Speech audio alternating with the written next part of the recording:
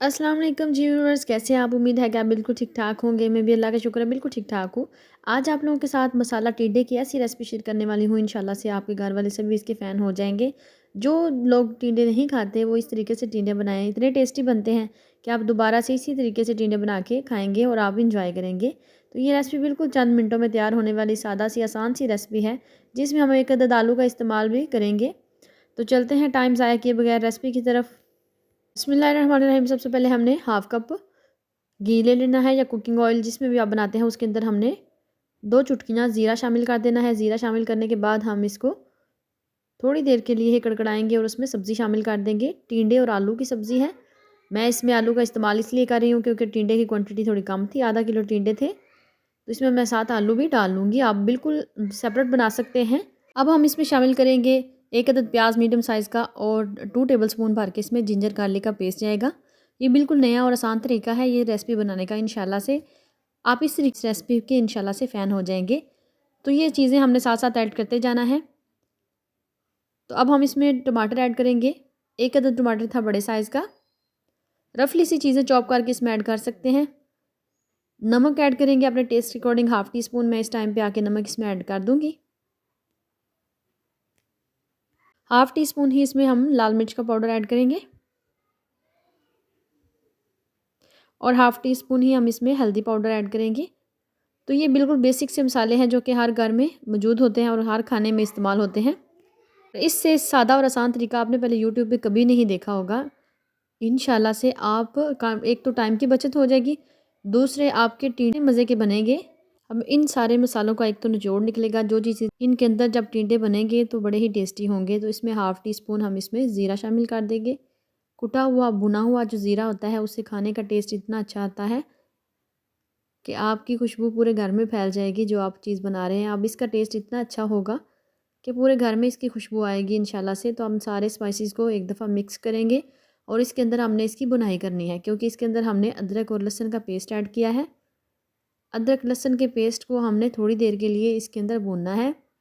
टिंडे अपना भी पानी छोड़ेंगे, लेकिन उसके साथ ही इन सारी चीज़ों की अच्छे से भुनाई हो जाएगी।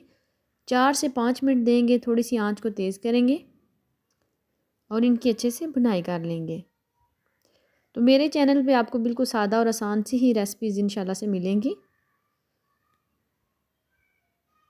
तो अब हम इसमें कसूरी मेथी ऐड कर देंगे। ये 1 टीस्पून है। इसके साथ खुशबू और जायका बहुत ही अच्छा आता है। इसके अंदर एक टमाटर की ग्रेवी बनेगी और साथ ही प्याज की ग्रेवी बनेगी। तो उसी के साथ ये इतने टेस्टी बनेंगे। हम ज़्यादा बार-बार बुनाई करने के बाद ज़्यादा चमचा भी नहीं चलाएँगे। बस फ़िलहाल हमें इसकी अच्छे से बुनाई करनी है और इसमें हाथ के साथ मोटा सा क्रश करके सूखा धनिया ऐड कर देना है।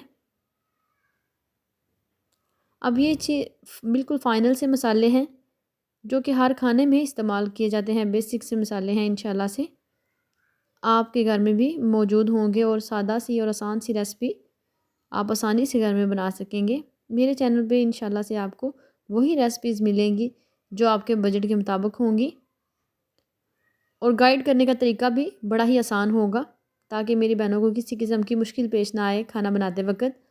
तो जैसे ही ये 50 पक जाएँगे, 50% ये कुक हो जाएँगे, तो इसमें हमने 1 कप के करीब दही ऐड कर देनी है। दही ऐड आँच को बिल्कुल हल्का, बिल्कुल लो कर देंगे।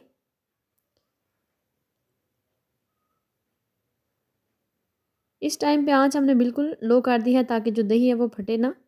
तो इसमें हम सब्ज़ धनिया इस टाइम पे ऐड कर देंगे।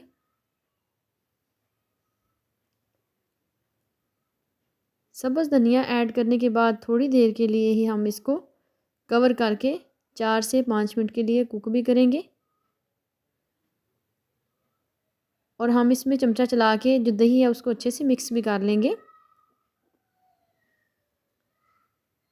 अभी फ़िलहाल हमने इसमें पानी ऐड नहीं इतना किया, बिल्कुल थोड़ी क्वांटिटी में पानी गया है क्योंकि सब्ज़ी ने खुद अपना पानी छोड़ा था, तो इस वजह से पानी ऐड करने की इसमें ज़रूरत नहीं पड़ती।